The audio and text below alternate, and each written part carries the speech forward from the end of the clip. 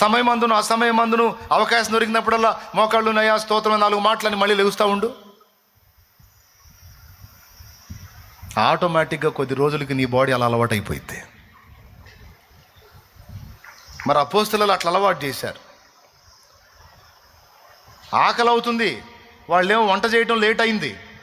మరి ఏం చేయాలా? కూర్చొని ఆ వంకాయ వేపుడులో కాస్త ఎల్లిపాయ కారం తట్టిస్తే సూపర్ ఉంటుంది అమ్మా అని కూర్చొని ఆడ మీటింగ్ పెట్టలా. రొట్టెలమ్మా ఇలా మడతేసి మళ్ళీ రుద్ది మళ్ళీ మడతేసి రుద్దితే పొరలు వచ్చిద్దమ్మా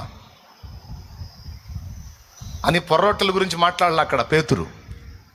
వాళ్ళు ఏదో వంట చేస్తున్నారు, ఈ ఖాళీ టైం నేనేం చేయాలని పోయి మోకాళ్ళు వేశాడు. అప్పుడు దర్శనం చూశాడు. ఆ తర్వాత కొర్నేలు దగ్గరికి వెళ్ళాడు. అక్కడ ఉజ్జీవం వచ్చింది. ఏ కొంచెం అవకాశం దొరికినా వెళ్ళి తప్పీమని మోకాళ్ళేయి అనేది వాళ్ళ శరీరమునకు వాళ్ళు ఇచ్చిన సాధన, ట్రైనింగ్.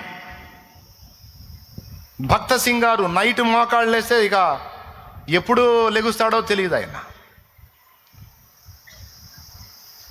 వేల ప్రాంతములలో ఉజ్జీవం రావడానికి ప్రార్థన ప్రార్థన ప్రార్థన ప్రార్థన ప్రార్థన.